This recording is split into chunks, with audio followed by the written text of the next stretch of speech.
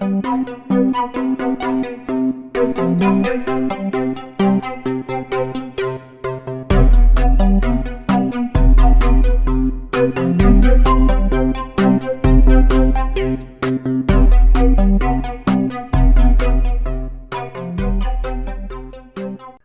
welcome to this episode of Silver Lining for Learning. We are delighted today to be able to look at 360 Ed, which is a company that has made a big difference in Myanmar and now is scaling into other areas. And it also is unique because it's using immersive learning of different kinds, AR and VR, in ways that one doesn't often see in global South countries, but clearly should, because it's a very powerful technology. So with me today as co-hosts are Yang Zhao and Kurt Bonk. And I'm going to just turn things over to you and your co-founder and husband, Lala, to talk a little about yourselves and about 360 Ed. Yes, Ming Lava. I'm Lala Win, and this is my partner in crime, Yan Mei Ao, go by Min. We both born and raised in Myanmar, but we have been very fortunate to have chances to study abroad in the United States for both bachelor and master degree. And both time we were given very generous scholarships. So we would like to, by the time we graduated from US, we came back to Myanmar, and the last time studying at the Harvard, we were very compelled to start anew. That time we were parents. Previously, we looked at education as a teachers, educator, and school founder and whatnot. But when we were in Harvard together, the place where the intellectual hub, I would call it, the MIT and Harvard and, TEFS and BART and the BU and all these cluster, the professors' kids go to the schools, neighborhood. And then when we visited the school, we were very intrigued by the trend that is shaping. We studied in the States 10 years ago before that, and the trends changing in the more flipped learning and using technology. So we were very compelled to come back home and make a difference. And the timing was also very important for us. The timing, 2016, it's the right time. And because we came from Myanmar, born and raised, we've been very happy to be part of this important transformation phase. A little bit about Myanmar, maybe Min can share. Right. It was also, the decision was also very personal. Mm-hmm. And from the very beginning, we always wanted to come back to Myanmar and to contribute to the society. And it was never been a problem for us. But when we get our daughter, and things, our thinking kind of change, especially in the Cambridge, and and the education opportunity for our daughter is amazing. And coming back to Myanmar to live our dream seems for us is quite a bit selfish, and not having our daughter having this opportunity that she might have probably in Cambridge. So we decided to go into the, well, this is just our kid. But what about, millions of other kids, and they don't have that kind of access to the educations. And this is how we are we're thinking about starting something new here. The future education for our daughter, and then we want to replicate it for other kids too. And that's how I got to know him through as well. His grandpa was the former minister of education, and he started, after retirement, many years later, he started a pre-college program.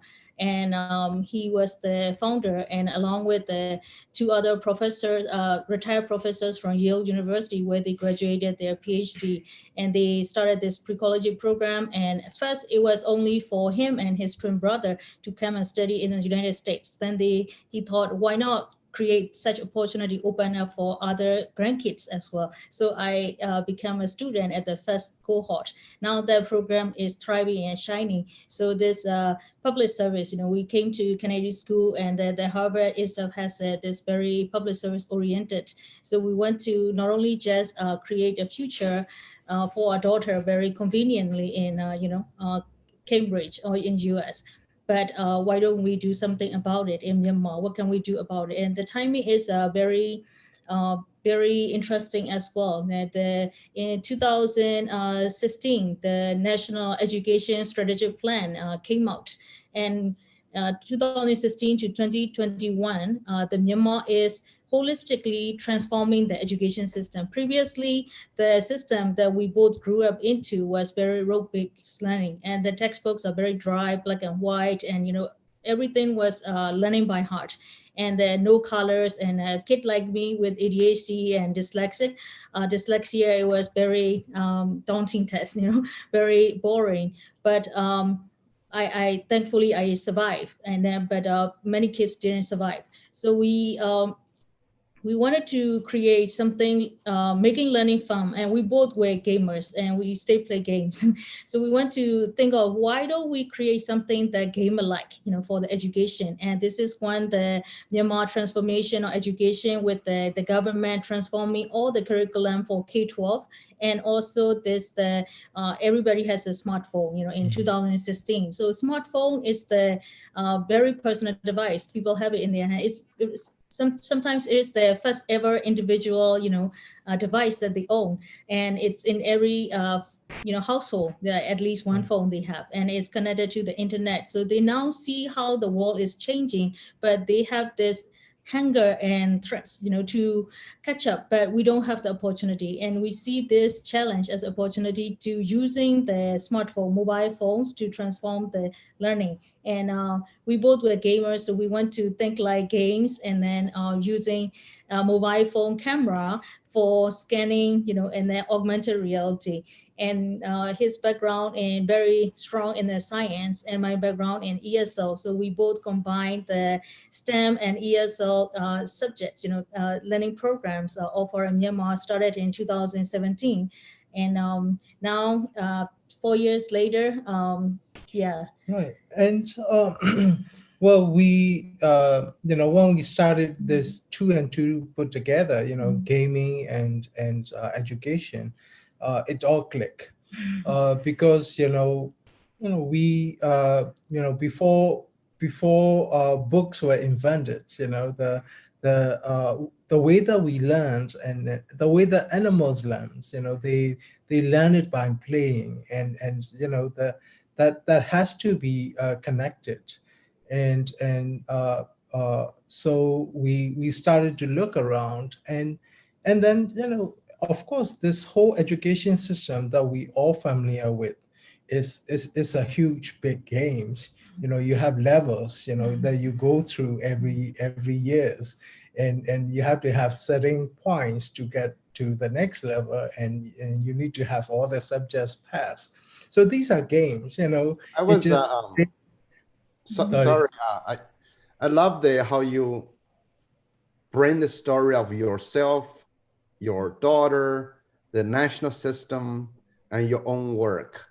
And so there's a question actually I have for you. So when you are developing this AR, VR applications to deliver on phones, is the content aligned with the national education standards or national curriculum? And is it really to strengthen what children learn in schools, or are you creating a new education outcome? Yes. In 2016, when we started, it was a full idea. Nobody believed something, could come out. It was just a crazy couple's idea. But in 2017, government starting to appreciate, and we signed the memorandum of understanding with the Myanmar Ministry of Education, especially with the Department of Basic Education. As a result, that we built the first ever AR learning app for the grade 1 English students, which is about 1.2 million students in Myanmar. And that was in 2019, the app came out. And then the receptance, people really like it. And then COVID-19 happened. So we see the dramatic demand, increasing for this COVID-19. So during COVID-19, the first wave in about May, we were able to launch three other apps, like now grade 2, grade 3, and grade 6 apps. Each level, we have about 1 million students in Myanmar. So altogether, about 4 million students are now enjoying the free English learning app with the augmented reality. So when they scan the textbooks that they receive free from the government, they also see that there's QR to download the app and how to use it. And then they started, playing with and then learn it together with their parents and at home, because we had no other choice. When we were given no choice, the creativity became our resource. Right. And we started, learning it. And it's aligned with the government curriculum. But we don't want to just stay in Myanmar. We want to accelerate and also expand the impact scope. So we also build a set of learning tools with the science, that is complementary to the government textbook, but not necessarily built on the textbooks. So these subjects we started selling outside of Myanmar now in the Asia too. The reason we also chose English and science, English and science is quite universal, and everybody has to learn science and elements and circuits and all this physics stuff. So we build those learning tools that is well tested in Myanmar and rounds of iteration, and with a very patient Myanmar people. And then we now taking those products to region as well. So yes. So wait. You guys got extensively connected within the country across grade levels, just like that. You don't work for the government, right? We don't. So that doesn't happen typically. A startup company typically doesn't find their apps or software integrated throughout schools within a year or two. So how did that happen? The first time we introduced the idea to the Ministry of Education, they were very skeptical, of course, and they were even going to sue me that if you are building the app, based on this, our textbook, we can sue you. I said, yes, but we are adding the value to the system that you have recently built, the new curriculum and all that. And then later they became to appreciate, and they more and more. So the collaboration with the government is now, especially in the COVID-19 time, not only the apps that we build made it free and for all the 4 million students in Myanmar, but also the education channel, the TV channel also show the videos that we use, we teach, with our apps as well. So how did you know who to contact? I mean, how did you get brave enough to contact somebody? Yeah, we both were in education fields before too. I was an elementary school teacher for 4 years before I did my bachelor degree in the States, in Iowa, in the middle cornfields. And then I went back home and became teacher's trainer, school founder, and education policy advocate. And he himself came from a family of educators, especially his grandpa was the former Minister of Education. And the family has a legacy of public service and also these educators in the country, the well-noted. That explains. I'm sorry, Chris. I had to get that clarified. If I can build on this, though, I think if I went to Myanmar and said, I'm from Harvard and I'm here to help you, they would just start laughing, right? I mean, what do I know about Myanmar? And I think a lot of nonprofit organizations, even very good ones, suffer from this problem of coming in from the outside. And the fact that you grew up in the country and had voluntarily made the choice to come back and help the country, I think that's a kind of credibility that really opens doors and that will let you make a partnership that it might have taken 20 years for some outside group to build up the credibility. The other quick observation I want to make, and then Young, it sounds like you have another question. I'm really happy when you came back from Cambridge that you didn't bring the MIT philosophy of one laptop per child with you. That you were smart enough first to recognize that the cell phone is the delivery infrastructure, not some, outside laptop. And second, you were smart enough to realize that the technology is not magic and that you don't just give somebody a device and then all sorts of wonderful things automatically happen. So I think that coming to Cambridge when you already knew a lot about education was important, so that you didn't drink that Kool-Aid, but instead, you came back understanding the infrastructure and understanding the curriculum and professional development are the keys, not the magic technology. So Chris, there's a bunch of questions from the audience. I think it's very interesting. One of them, which I want to ask anyway, because when you are developing products based on the textbook or the curriculum, in essence, you are finding a different way to teach the content to the students. So in many ways, when you're designing this, are you creating an app that's almost like a teacher, and the teacher can be replaced? Is that what? Can you show us some of your products? Because I'm really curious to say that. And this, by the way, is many. I'm from China originally. China, the whole East Asian markets has a lot of products. Serve as private tutors just to make you become better at what you're supposed to learn in schools. So, can you tell us a little bit about that? Yes. Regardless of the education and technology catching up, in the bottom billion emerging markets, the role of teacher remains to be relevant.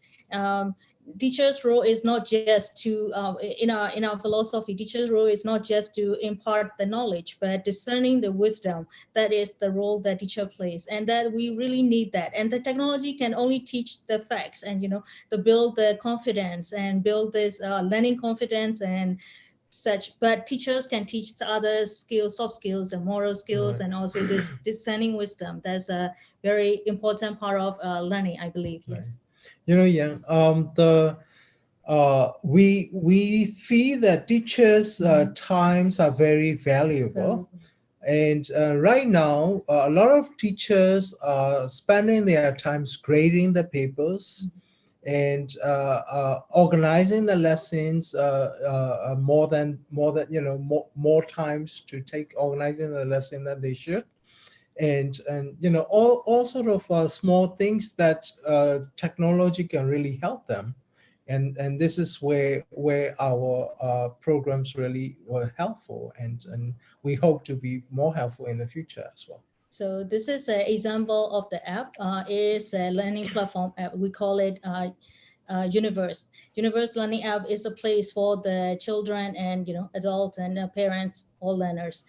And this is our tagline. So first, they to log in, they create a login and they register, and they get in freely, no charge. And thanks to the people, also corporate sponsor who believed in us, and they sponsor the development of the app so we can make it freely available to millions of people every year, not just 1 year. So here, if you look at grade 1, grade 2, grade 3, grade 4, grade 6, all these app, and it is like Netflix. When you download one Netflix, and then there are many videos, right? So this, let's say we click grade 2 or grade 3 app, and you were directed to that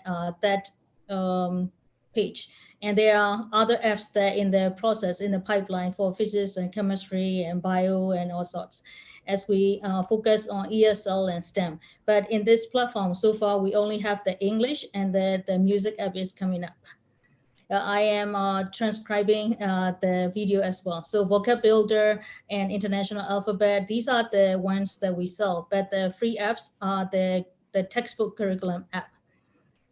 In a bit, it will show you to the app user interface. And we also build apps like Intro to Music. So here you see that it's completely free and proudly sponsored by Empire, which is one of our corporate partner who sponsor the development of the app. And this is like a learning map. When you go into their stars and little bar, and those indicate that little bars indicate when the bars is finished and that the learner already finished that lesson. And when they receive the 1 star, 2 star, 3 star, it shows the mastery of that lesson. And throughout the entire curriculum, when they reach the 5 stars, it means that kids really got their learning skills they need to. And it is not only learning the lessons, but also formative assessment and gamifying. So while they are playing and they are being tested of their vocabulary skills and grammar and things like that. And we use the positive reinforcement, so the yay and stars and things like that. So when they scan the textbooks and then the guava, for example, the guava pops up and gals pops up. That's the beauty of augmented reality and bringing folks into their learning out of their textbook and things like that. We really like 3D because we believe that since we were born and everything we touch and we see, those are the 3D 3D models and 3D thing, everything. But when we go to the classroom, things become flat. And, like reading left to right, it's not how we train our brain. But we train our brain with colors and interaction. So we're trying to incorporate the nature into this learning app as well. Yeah, Peter. Yeah. So here they can practice the dialogue many times. I muted so you don't hear, but he is a doctor. M-A-N-G-O, mango. So this is for the grade 2 English app. There are some songs. I can play hopscotch better.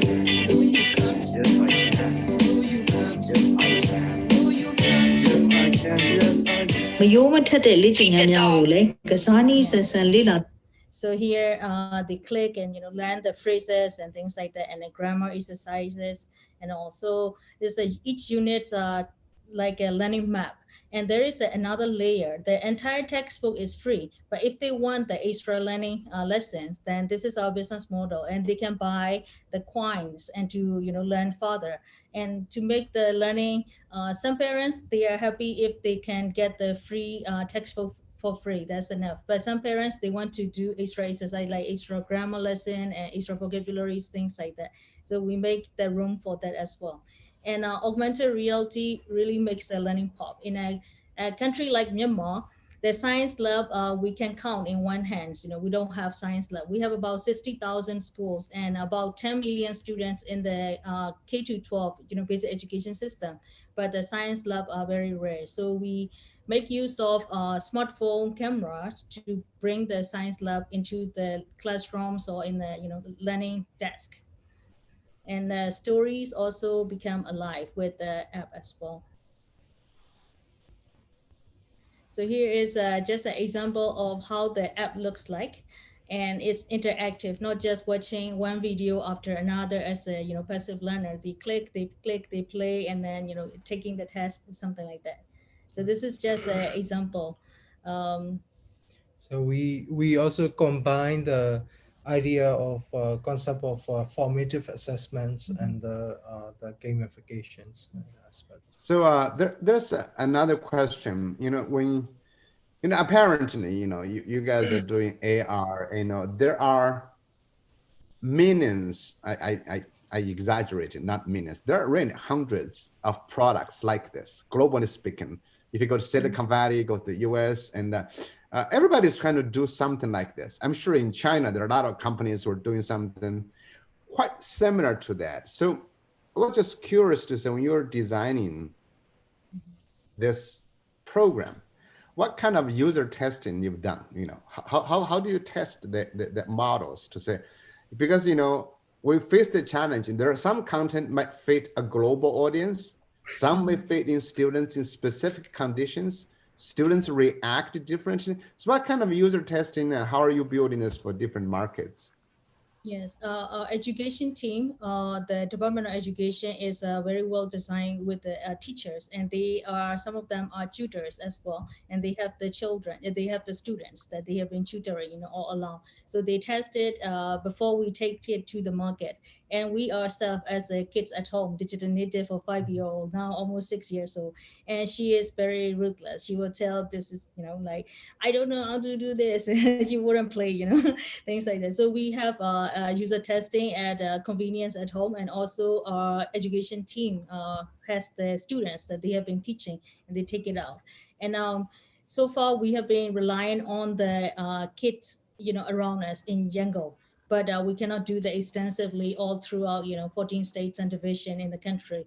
But this sample is quite good enough for us to test it. And then there are two other products. One product is totally free, entirely free. It's a partnership with the Myanmar Ministry of Education. And the other product is the box of flashcards where we sell to the people. And people, when they have to, especially take the money out of the pocket, and they tell if they don't like it, what they don't like. And the power of as the team is a very rapid iteration. And we have gone through, many rounds of iteration. And the very first few apps that we created in 2018, and we are still going the rounds of upgrade and updating. So having the team technical team and education team on the house, it helps us to go through this user feedback and iterations rounds. So I know Chris I've and had 360 had interact with my class across distance, and they were kind enough to let us have the flashcards locally so that we could experience this directly. And it's very engaging. I mean, I'm like you, Young and Kurt. I've seen a million of these things. This is just a couple levels above the norm in terms of the engagement, the colors and the animation and the kind of playful quality to them. Lots of people try to do Sesame Street stuff, but there's only one Sesame Street. And I think that there's just superior design here. And then that becomes a key to scaling, because then it's your audience that says, wow, you won't believe what my kid did yesterday. And so now you're not sending out a sales force to say how wonderful you are. It's your own users who are really excited. Yes. now that's very strong endorsement from Chris. You better capture that. And I don't mean to dominate the question, but I'm very interested in this because I've been writing and thinking a lot about the future of education after COVID with all this technology. When you have huge abundance of learning resources like this, can children have a different life in school? So teachers don't really need to teach because you are teaching probably better. So you mentioned, Lala, that teachers can do more moral, more ethical, different things.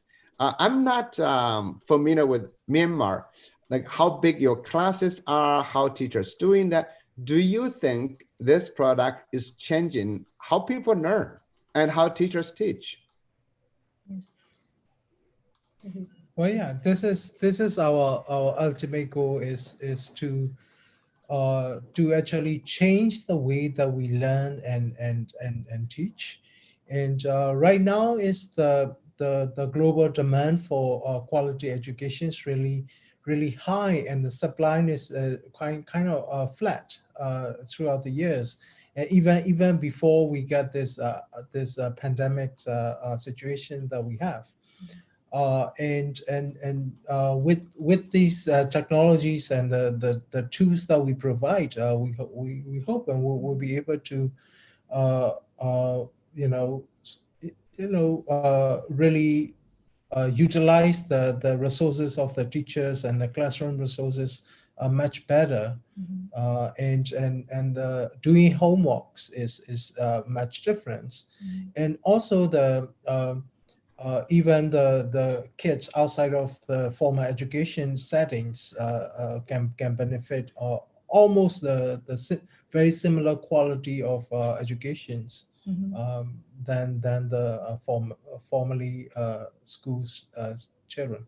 We both were born and raised in Yangon, which used to be the capital. We have about 5.5 million to 6 million people, and where all the opportunities are. And the whole country, we have about 55 to 58 million people. And when they want the best possible education, they all have to come to Yangon. And it didn't occur to me as such. And before I became a teacher, before I become a mom, when other people ask me, oh, my daughter is this age now, and where should I send? And I just name a school, good school in Yangon. It was okay. But when we became a parent ourselves, sending the kid to faraway place and, for education and stuff, it was very, it's heartbreaking. I can do that. I don't think I can do that. So bringing the education opportunity to the neighborhood, now in COVID time, to the homes, home-based learning. And that's very important because we cannot just, send the kids to the best possible education system, regardless of the pandemic. So that's one thing. Another thing is we have been trying to solve the problem that our country has. The problem is we have this political unrest and this civil war. We have 138 different languages speaking people, different ethnic minorities. We are the majority, we are Burman, but the country's political economy is totally based on the extraction economy. So the pie sharing of resources are never fair and shared. So the fighting, continues. So those who lived in the IDP, internally displaced camp, or those who were trapped in the war zone, they don't have the learning opportunity. We want to make it something about it. But previously, the timing was not right. We have no other tools. There's a century-long problem. But now with a new tool and new approach, we're trying to bring the learnings to their palms, with the smartphone. And another challenge that we have in Myanmar is the internet is not everything yet. Internet is still expensive and it's not available. So what we make our learning app is making it free, making it selective offline. So they don't have to be online all the time. When they are in the not city center, but the where they have the internet access, they can download the app, activate the app, and when they are back in the village, or back in the war zone or back in the IDP camp, they don't have the internet, they can still work the app, functionally or working well. That's the challenge that we were able to solve, and we're very happy to do that because this is a challenge not the other kids in other countries don't have, but our kids have it. So if we rely on the internet connectivity, then they won't have the education opportunity. So we were able to solve another level challenge on this selective offline. And we're quite pleased. This story is very fascinating to me. I sound like I'm dominating the whole interview because what I'm been thinking a lot about is, given the access to the internet, it may be small right now, we still have a digital divide, but a country like Myanmar, and last week we had people from Nepal, we have countries from a lot of countries. We know education is the only way toward a better future. We have wars, we have battles, civil wars, fighting, everything. And by the way, I have to say this, Punia just announced Joe Biden is now the elected president of America. We just found that result. Okay, so this is very historical interview today. We have a historical, you guys coming on. So this is very, very significant. The 46th president of the United States. But we need education to maintain a democracy, to drive this. So what you are doing is what I'm hoping truly going to change how we think about schooling of education. And last week we had students from Nepal accessing MOOCs and other things to learn English. Your students are accessing this, apparently Chris says, very engaging things.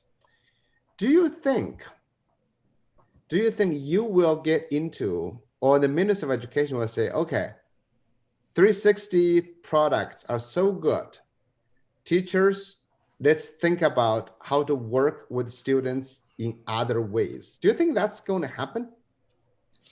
We're beginning to see that in some of our pilot schools. So last year, academic year before the COVID-19 craziness, teachers with the projector or TV in the classroom. They connect their smartphone and with the TV. And the classroom students, they like to see interactiveness, and the whole wall is very motivating and active.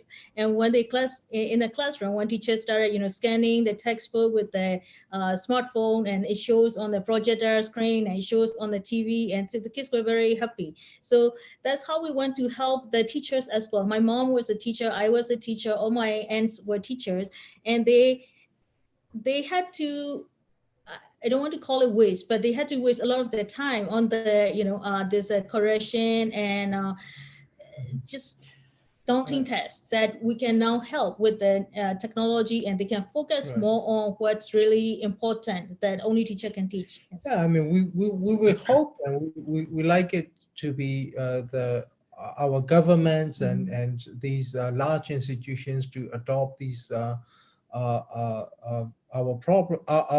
solutions, and quite in a large number, but also our challenge is also that the way that the policymakers are thinking is a little bit different from entrepreneurs are thinking, and they are a little bit more risk reverse, and based on the situations that we have had for many decades. And it's better to not do something that is new and risky. And so we are more relying now on grassroots and bottom-up approach, as opposed to the top-down of That's why my question was from earlier. How are you able to do that? Now, I have a couple follow-ups, 2, 3 follow-ups. And by the way, I'm a little bit jealous. I had a software company 15 years ago or so, and I didn't get through. I built Survey Share 1 year too late. SurveyMonkey became very popular around the world. It still exists. Survey Share still exists. It still has a free version, but I no longer own it. So I am a little jealous. On my entrepreneurial hat is jealous. My educational hat wants to know more. And 3 things. How are you able to ramp up so quickly with content? Do the developers exist at the governmental level, the teacher level, as well as the company? So you're working with development teams within the country with your development team, or do you spec out a vision and then try and sell it to the country? I mean, are you working in partnership with them when you build all this? I mean, you've ramped up a lot of content, a lot of interactive content. That takes creativity, time, effort, and risk, as you just said. Well, can you comment on the content buildup? Yes. After graduated from Harvard, I was quite lucky enough to receive this Google Innovation Grant. So I went to Silicon Valley and enrolled at the Global Solution Program at the Singularity University. And during the Singularity University, I went through a lot of the hackathons, and also in the Silicon Valley as a whole, they have a lot of hackathons over the weekend. I really love that culture of rapid learning and rapid iteration. So when I came back to Myanmar, we started throwing the hackathons for free for and then those people who show up at the hackathon, they are the young people who wants to learn. They don't care about the certificate, because I told them upfront, I'm not giving you any certificate. You are not earning anything to come and study here, but you will learn for sure. So they came, and that's how I get to know that some individuals who are very curious to learn about the new things and who are curious to build new things. And then we trace them back to the university. So we mapped out, identifying the technology university in Myanmar who are really quite advanced. So we also partner with those technology university and build these internship programs, and then we take the students from those university, the brightest, like let's say they were 150 applicants, and we take like 10, and very rigorous exam, and then they took it, and then we train them for 3 months, and by the time they graduate, we have a job waiting for them, and they go back to school to graduation and come back and become our workers. So that's how that's how we build the talent development pipelines, and all the entire development team is Burmese, yes, and we have this in-house training model as well. Yeah, that is our secret sauce, our competitive advantages. So we gave away 2 secrets today already. Biden's presidency and you guys running your hackathon camps to get talent pools built up. And that might be the way that you scale this within other countries. You offer those hackathon camps within Thailand or within Nepal or wherever. And so that's going to be my third question. My second question is, what philosophy are you building these products from? And your influence, I feel as though, and maybe I'm wrong, but it's not solely your training in graduate school in the US, and it's not solely what you learned growing up. It's somewhere in between. Can you describe your philosophy and how you built that over time? Both philosophy and frustration, I guess. The education system we went through, we also came from the parents and aunts, and our grandparents who are educators in the country. And there are things that we were frustrated. We wish we could change, but the timing was not right. And as an entrepreneur, we look at thing not just as a challenge, but also, opportunity. Every challenge is an opportunity to develop or transform. So this risk taking, daring to take risk, and we came from nothing. We don't how to say that we don't build this to become a next billionaire. We're educators. We can go back to do the teaching. That's the fallback. So we are quite sure. It's okay. We can and things. And I did that, by the way. I sold the company. I became so I know. Yes. Right. And having the freedom to decide on our own, we really do this bootstrapping, and we don't take the. We haven't had a Series A round yet. I was just telling Chris that recently we're thinking about having a Series A round. So we were just bootstrapping and going very lean with ourselves. So we don't have big BODs, telling us what to do. So we both can discuss and then, okay, let's go ahead. And I am from education, very visionary, and he is very practical, product development and very innovative. And so we kind of combine our niches. Yes. So I have, thanks, Kurt. I have another question. This is really where Punya, if he were would be, because Punya has been talking a lot about the 5 spaces of design. So in essence, you're designing a product, but at the same time, you're designing a culture, a system. So imagine, because of COVID, that all schools said, okay, yeah, you guys are great. So you're really affecting the system and the culture. So I was just wondering, what kind of belief you have about the education we should have? Because most people design teaching tools or learning tools without a broader vision of what should education be like. I'm just curious to say, where would that be? What's your education? Not just teaching and learning, because you are affecting the education system. Yes, let me put it in a visual way. I'm a very visual learner. When we watch the TV, we have a remote. We turn on and we see and we learn, right? That's one way. But when we have a phone and we can communicate, it's a two-way communication. But when we have, when we have a society where the students can also be part of their education, and that is co-creation, and that's multiple way, and that's the route that we really like to go forward, in the future. And I think it's not fair for us to be just the creator of the curriculum of the next generation, and their life will be way different because the world is changing very, very fast, rapidly. And what we know is old knowledge already. So I really want to invite the students to be part of this creating curriculum for the future. But there's many steps ahead. But what we can do now is this two-way communication, and also students believing themselves. This confidence building is very important part of learning. For us, is we have such confidence. We came to study in the States, and we had a scholarship opportunity. We have confidence to learning new things. I'm not coder. He's not coder. He's a scientist. I'm a teacher. What we know about technology, nothing. But we are able to, crack it, hack it, and learn it together with this process, because we have this confidence. And that this new generation, and they need such confidence and also opportunity ability to hack it, learn it, and build things that they want to see in the future. Right. So Well, if for I me, can jump in, uh, just to make a point and then let you go on.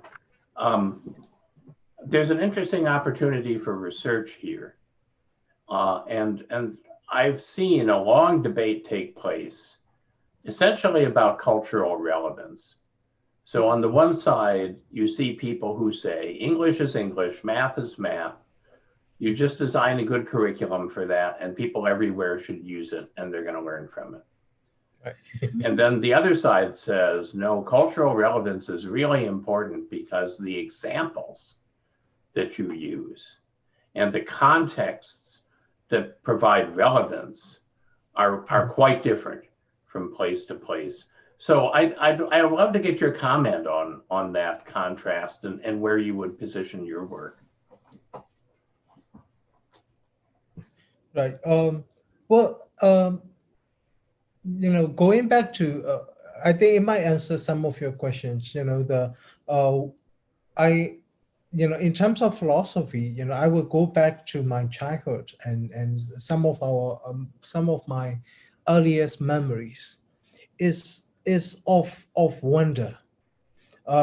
Children's come with curiosity, and along the way we kill these curiosities, and the education system nowadays is more like uh, telling them what to know as opposed to they themselves trying to figure things out. And we try to go back to that, and because it's such a wonder of uh, to be in between knowing and not knowing, and always facing something unknown, is always trying to figure, and that's such a, we just want to have that experience. Or even if you are 90 years old, you still have that edge, and that what that is what the education should be. And and and and that's how we want to build our products, to have our users to have that experience. Mhm. Yeah, the beginner mind. Yeah. Kurt, you're going to ask a question? You're on mute, Kurt. Yeah. So I was going to ask the question about scalability within other countries, and it was already asked in the chat window. Priyank is asking, what's your plans for, expanding this and scaling this around, and where might you go next, and how will you approach that? In 2018, we built a product called International Alphabet. It's built dedication to our daughter. She goes to an international school, the multi-language school. So it's a Japanese, and she is learning Chinese and French and Spanish and English. And she comes home and expects us to teach her, all these languages. We had no idea. We barely speak 2 languages. So we outsmart her, and we build this product of learning vocabularies in 8 languages that she's learning and beyond. And that product took it to the market, in the regional, especially the ASEAN languages. So that it's an infra that we have. And since we're building this ESL and also this the STEM, the science language, science subjects, and we put those languages, in the, when they learn about the elements, for example, it's pretty universal. And what this element can be found in what products, what things around us.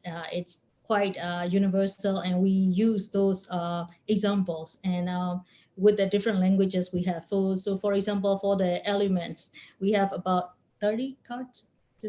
Right, something. Yeah, 30, yeah. 30 cards. Yeah, 30 cards with the elements, 30 and then elements. when they scan this card front and back, they see that all the description about the card, the elements, and where can they found and things like that. But when they put the 2 cards together, it becomes the interaction, Compounds, the yeah. compounds, and the kids wonders. They really like to put this card and that card and together, looking for the different binary compounds. Binary compounds, so things like that. And then it's a Myanmar language, that is an English language, that is a Vietnamese and things like that. So something that can go at scale. We chose subject intentionally as well. We don't do the Burmese literature, and we don't do the Burmese, like geography or economy, but the STEM and English. We have another audience question for Robert Nelson. He asks, how will students know that they have acquired sufficient knowledge to transition to the next level? Mm-hmm. Yes, so the previous video that we were showing, it has the little bar. It shows that the students complete this chapter or lessons. And then when they receive 1 star, 2 star, 3 stars, there is a maximum they really completed. So it kind of formative assessment in a gamifying way that we embedded. They think they are playing games, but actually they are being tested. When they get the 3 stars, and for adults, glance of the screen, we know that the students already mastered this chapter or units. And then throughout the course, we also put the big 5 stars. So when they receive the big 5 stars, it shows that the students has some level of mastery, or if they have the 4 stars or 3 star or no star at all. And gamifying assessment system, formative assistant throughout the course, we put it in. So we've talked a lot about the students and the student engagement, the student construction of knowledge. How much are teachers a part of this? And is there some kind of professional development that teachers need in order to really help students get the most out of it? Yes, that's a very important question. Actually, we plan to do the teachers trainings this year together with the Ministry of Education, and then COVID happened, so we couldn't do the teachers training. So teachers are now during the COVID with their smartphone, download the app and teaching themselves. And students are also downloading and learning by themselves. But we hope that when this thing, rest, we can do this cohort again with the teachers training. Last year we did with the 20 pilot schools, teachers training and how they bring those learning to the classrooms and create the classroom interactive. But that was only based on one app. But this year we have so many apps available, but we don't have the teachers training yet. But we really like to build a course for that. Right. Here, the teacher roles were changed quite dramatically. Mm-hmm. And teachers are not going to be the one who is assessing the students. And the students are going through their levels in their games, and teachers are going to be beside them and helping them in the area where they got stuck. And that's what they're supposed to be doing, but in regular setting it doesn't usually happen.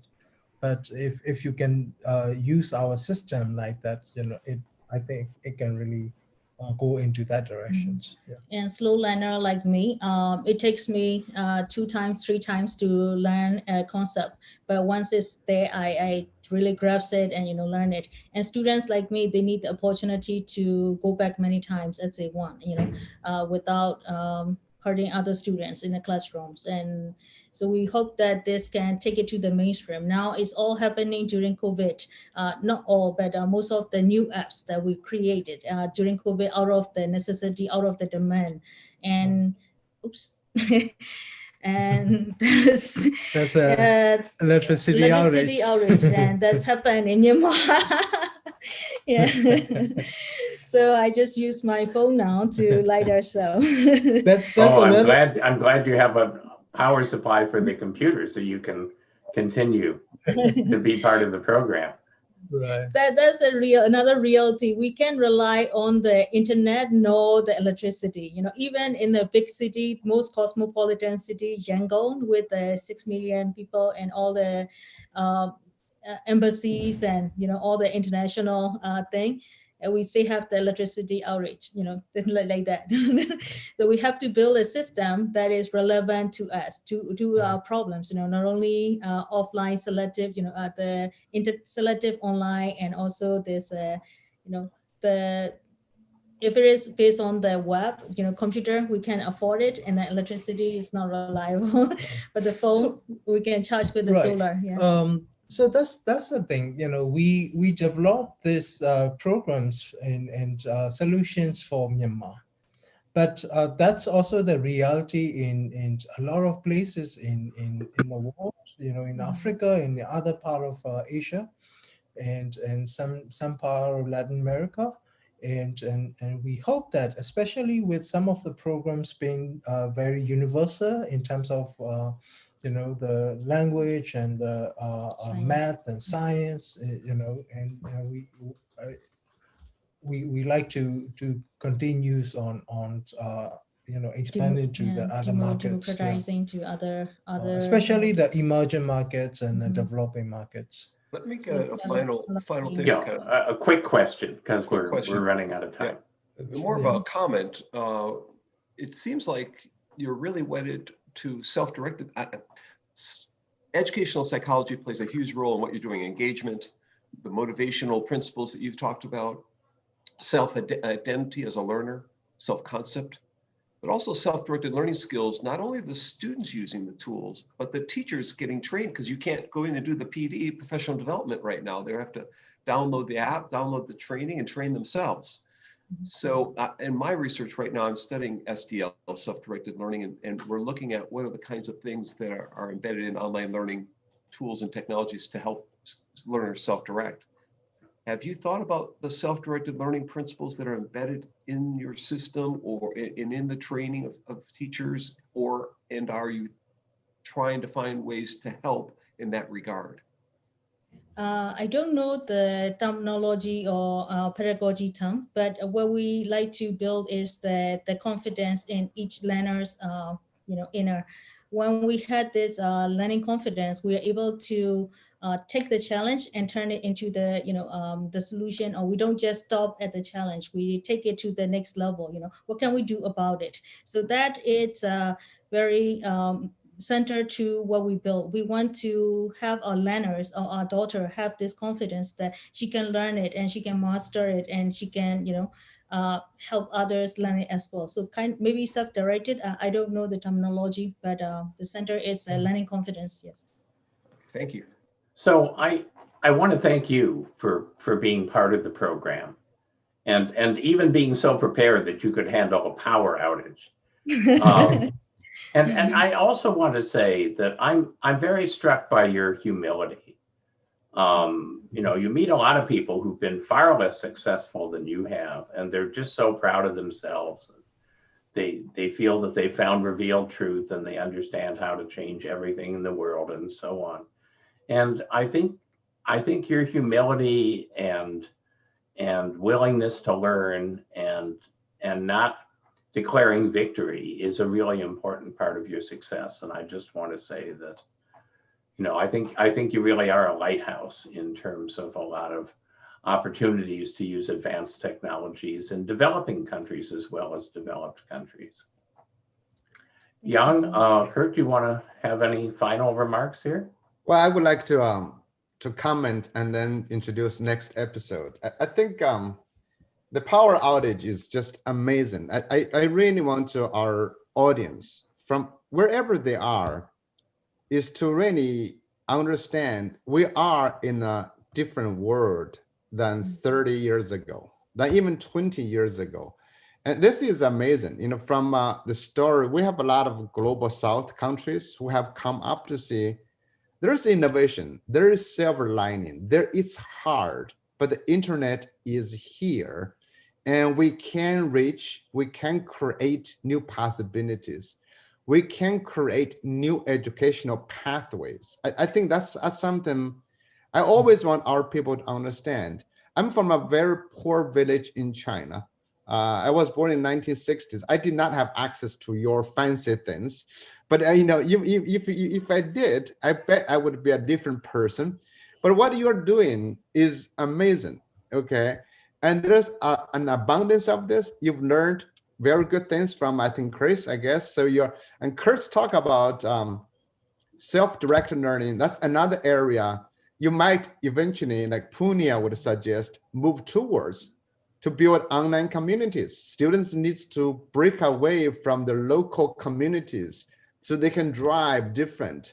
I think we have a global learning ecosystem in the making. That's what I think we need to capitalize on that. If our show does one thing, it is to drive that idea, a global learning ecosystem. I think that that's something, it's coming, it's happening. It's not to everybody, but COVID-19 has facilitated with that. So next week, we bring one of the other makers. There's a group of schools several years ago. They created something called the Global Online Academy. Global Online Academy.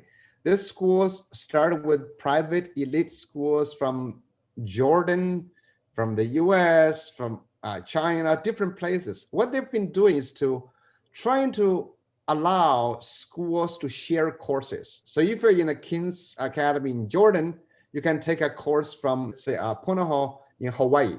And Punahou can take a course, maybe it's another school. So they enable their teachers to develop courses with the idea of students across different places take these courses.